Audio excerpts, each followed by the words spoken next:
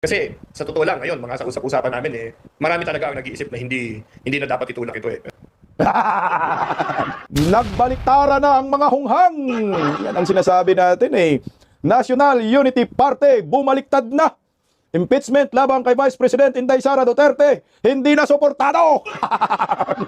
Yari kayong mga animal. Yan ang sinasabi. Maagang nagdeklara si Vice President Inday Sara Duterte, maaga rin magsibaliktara ng mga buhaya. Iyak ng mga bubunistang tangalistang loyalista ni Bangag dito. Kapretore, todo tanggi sa mali-malitang pira na di umano'y pinantustos laban sa para sa ICC para gaguhin lamang si former President Duterte. Todo tanggi yung hinayupak Wala na. Malapit na talaga yung sinasabi ni Tatay Digong na pag si Vice President Inday Sara Duterte, talagang mauubos kayong lahat. Aray ko diya. Magandang tanghali po sa ating lahat. Pa-like po muna, pa-share, pa-subscribe po at pakipindot ang inyong notification bell para lagi po kayong updated sa ating mga video. Hito na mga kabisdak, maaga pong nagbaliktaran itong mga political party ngayon pagkatapos po magdeklara ni Vice President Inday Sara na tatakbo sa pagkapangulo sa 2028. Siyempre naman, hindi mo naman pwedeng isakripisyo ang political party ninyo para lamang sa kahibangan ng mga ilang mga buhaya dyan sa Kongreso. Pero bago po natin pag-usapan yung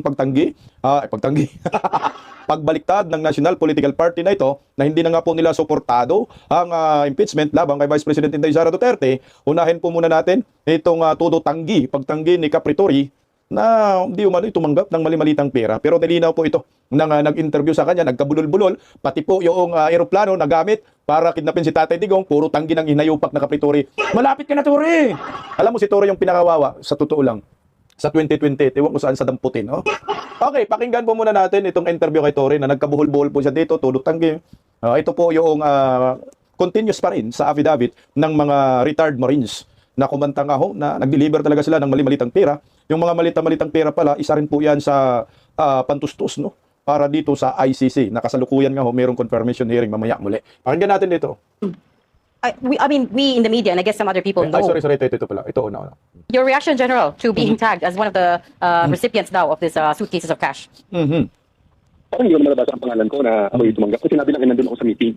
Kaya tsaka isang nakita ko is napakarami kasi ng pangalan doon na involved. At sa ngayon naman, hindi naman sigurado kung tatayuan nga ba ng mga sumulat na yun ang kanilang sinabi dahil, it was released to the media kasi kung seryoso talaga sila dyan, they should have released it to the proper judicial or prosecution panel o prosecution office para makapalitan sila ng kaso. Hintayin ko na lang na pirmahan muna nila at lagyan nila ng pirmahan nila yung sa ating abogado, ipanotarize nila yan, subscribers want to before me dapat. Para bago natin sagutin kasi at the end of the day, baka bigla sa bilais.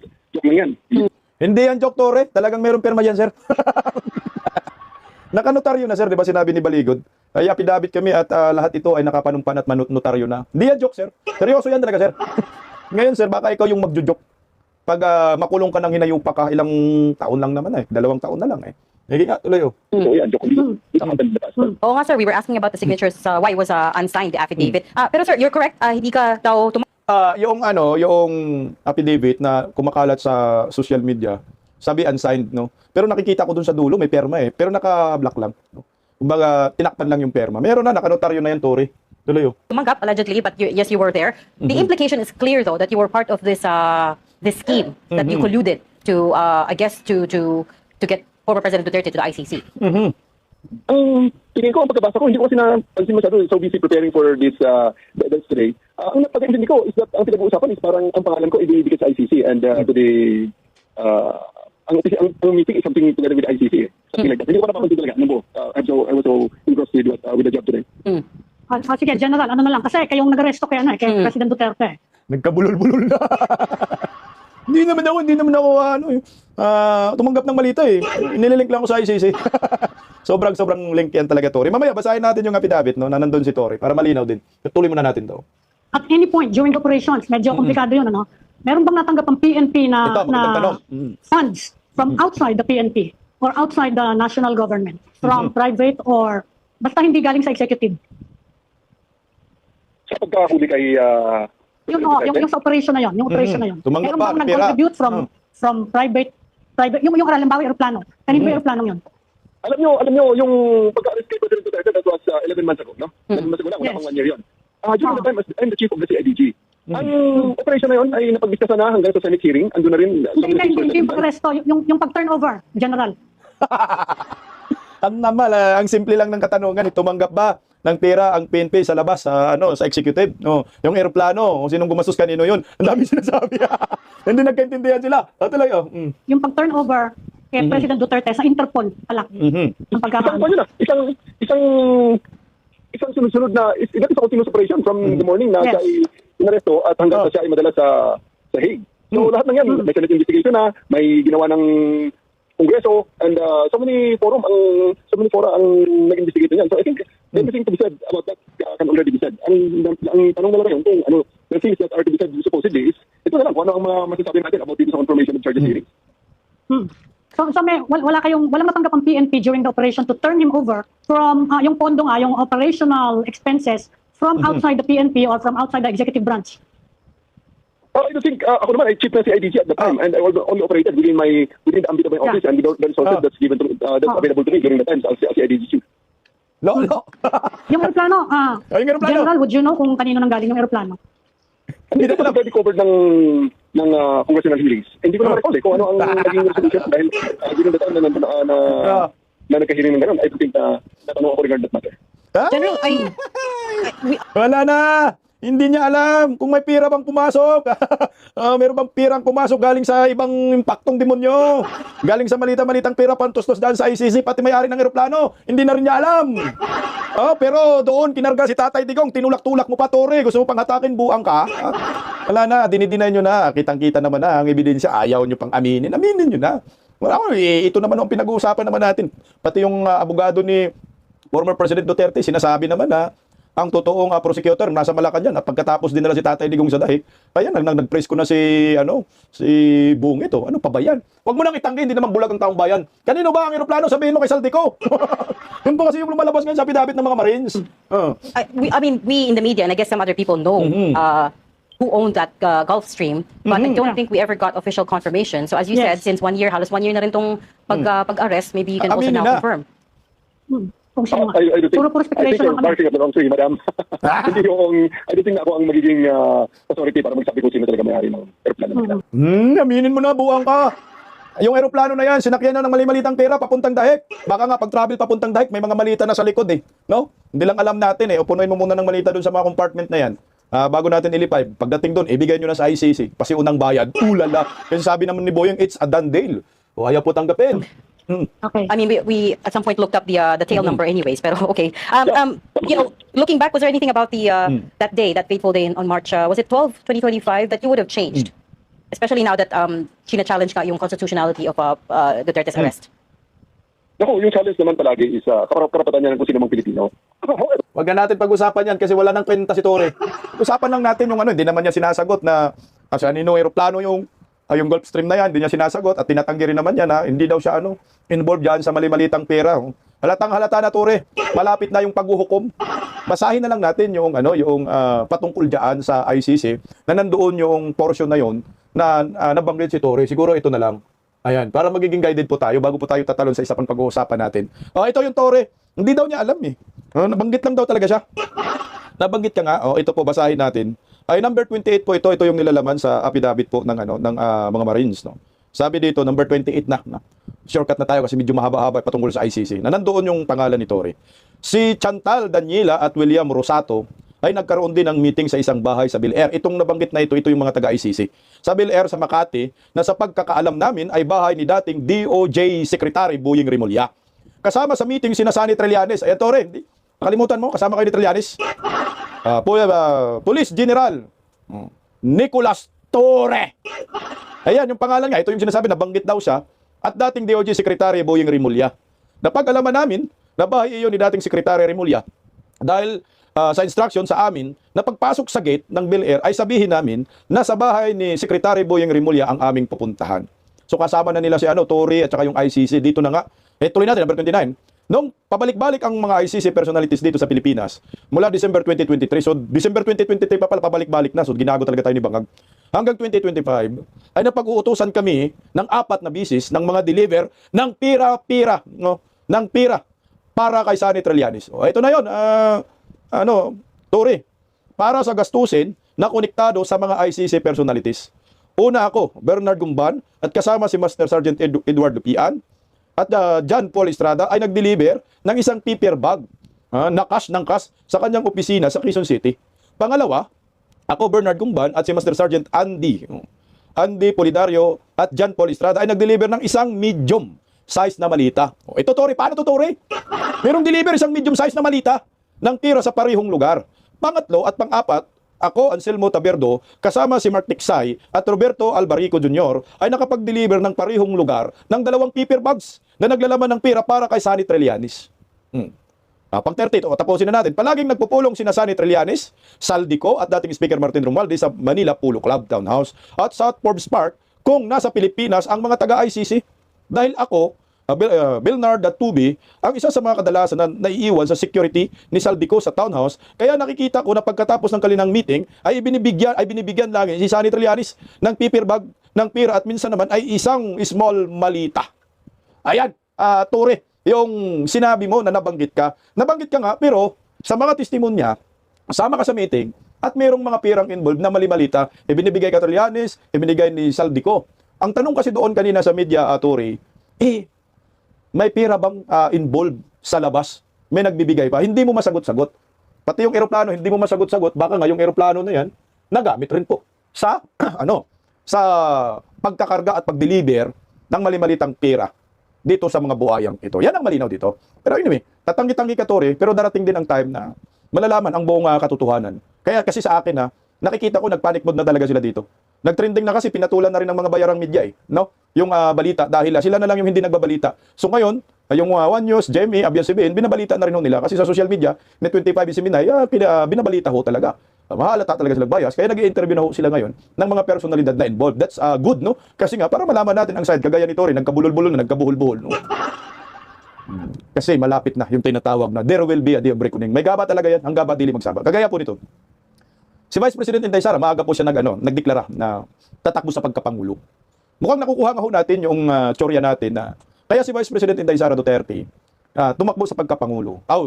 Nagdeklara na tatakbo sa pagkapangulo para malalaman niya kung sino talaga yung kanyang kakampi dyan sa Kongreso. At titingnan niya kung gaano ba kakatapang itong mga politiko na ito.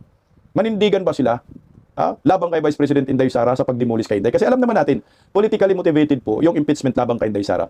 Kaya nga, ang nakikita natin dito, talagang natunaw po. No? Natunaw po yung impeachment labang kay Inday Sara. Wala nang sumusuportay. Pati nga lakas sa MD. Wala na.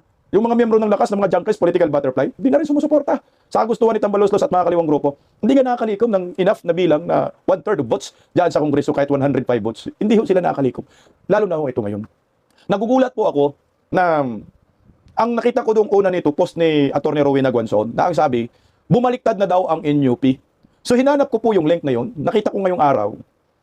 Tama nga, bumaliktad na yung National Unity Party ni Puno. Yan si Punong Kalbo, may airport. No?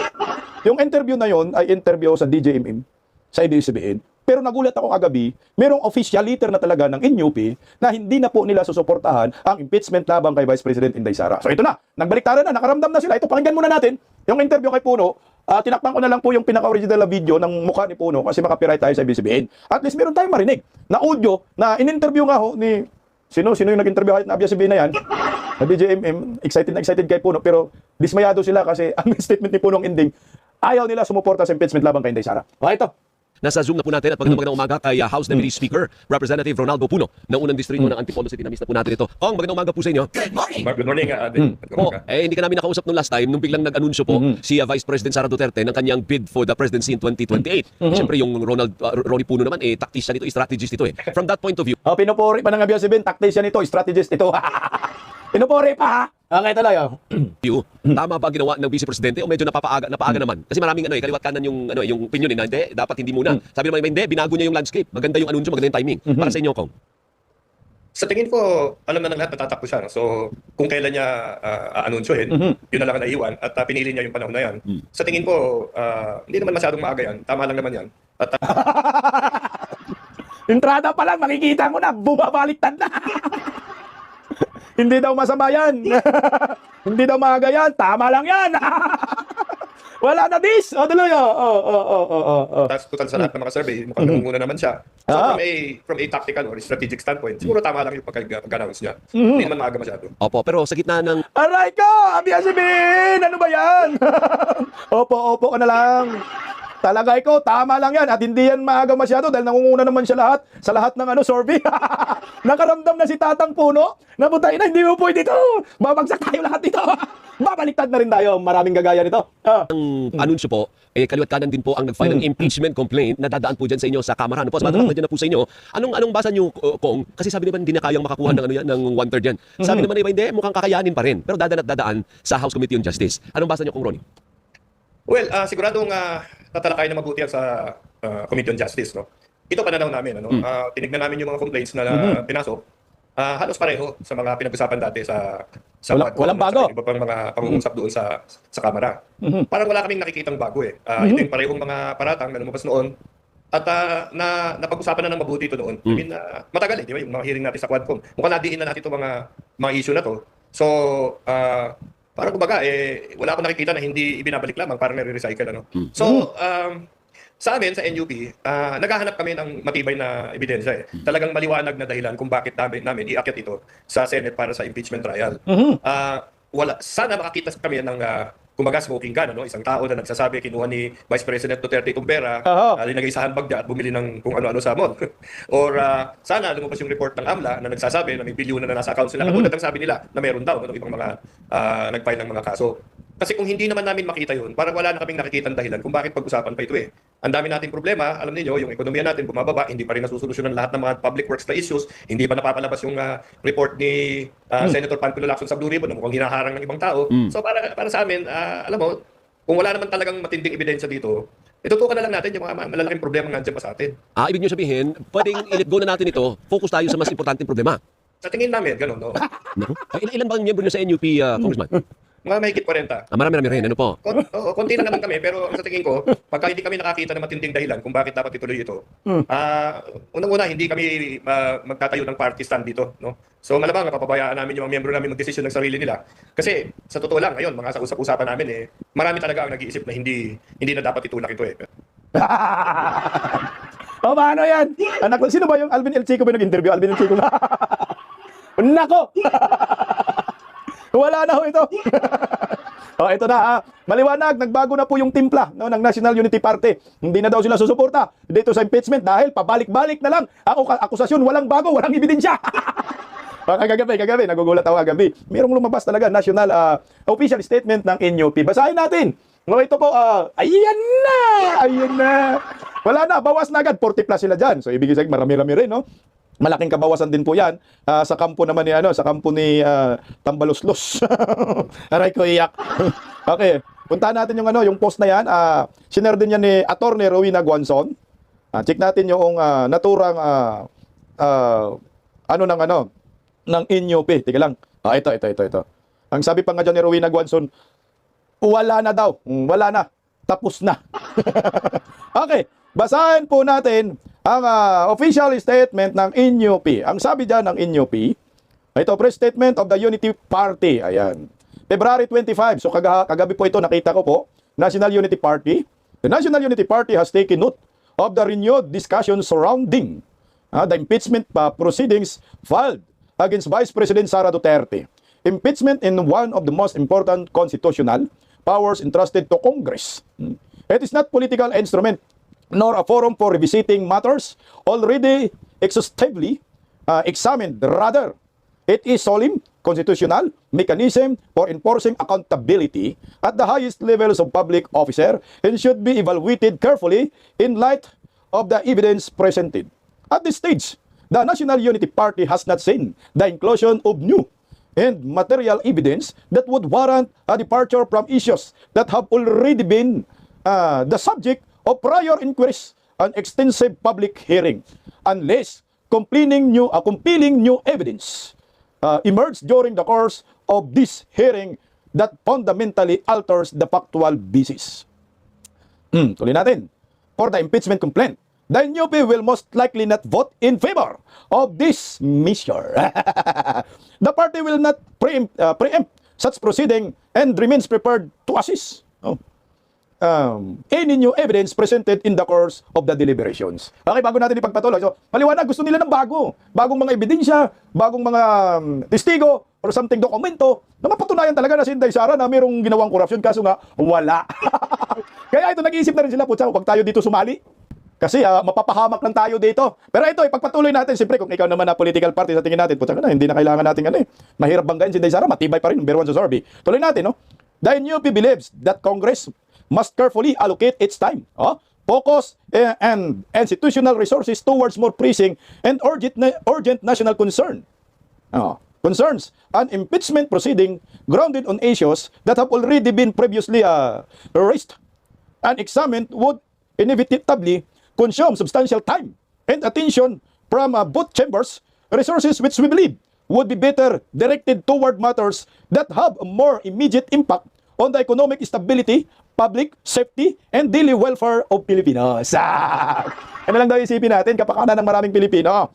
Nevertheless, the party remains open to evaluating any new evidence that may arise and will assist such developments on their merits, guided solely by the Constitution and the rule of law. The NUP expresses its confidence that the Committee on Justice will conduct the proceedings responsibly, judiciously, and accordance with the constitutional standards. Signed, Secretary General, National Unity Party, Reginald Velasco.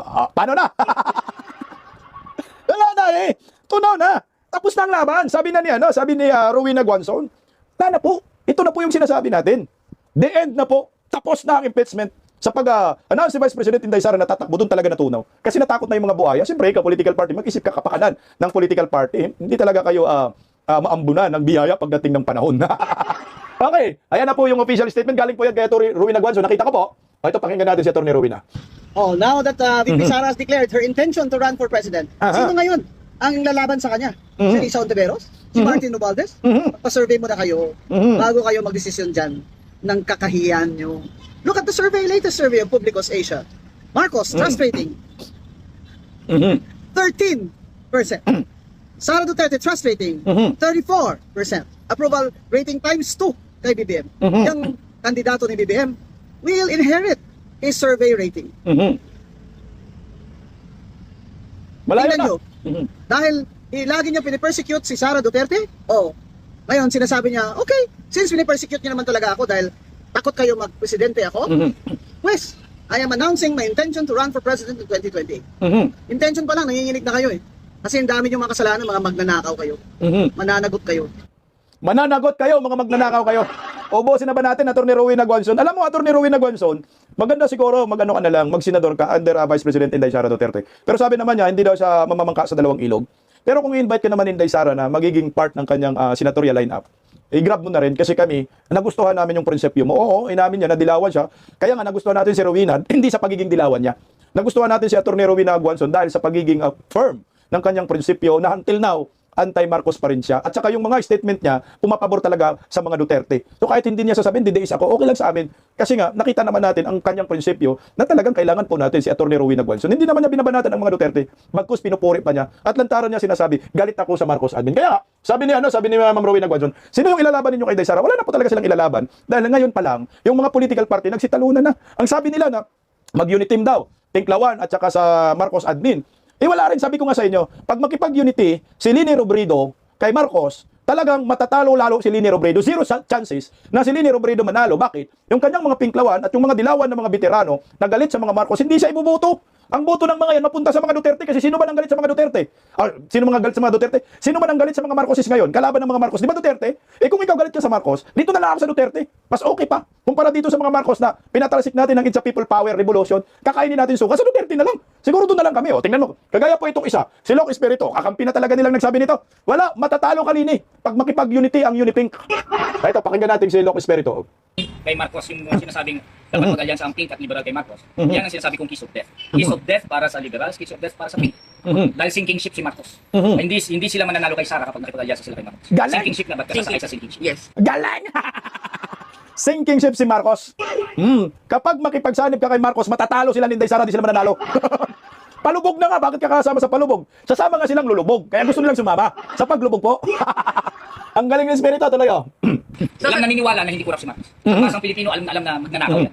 Yan ang pinakamagnanakaw na presidente since the time of his father. Alam mo, Long Espiritu, magagalit si ano sa inyo, doon sino ba yun? Kiko D?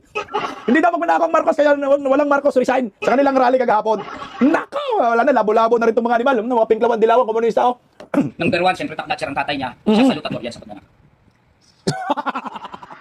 Parang mali ka dyan, Loco Espiritu.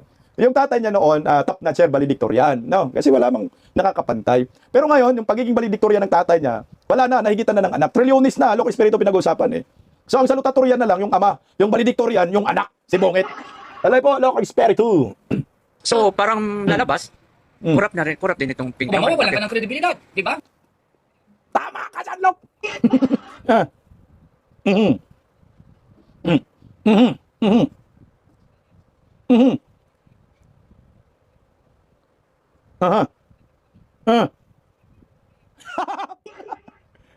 Eh. Correct. Galing mo. Kailan galing?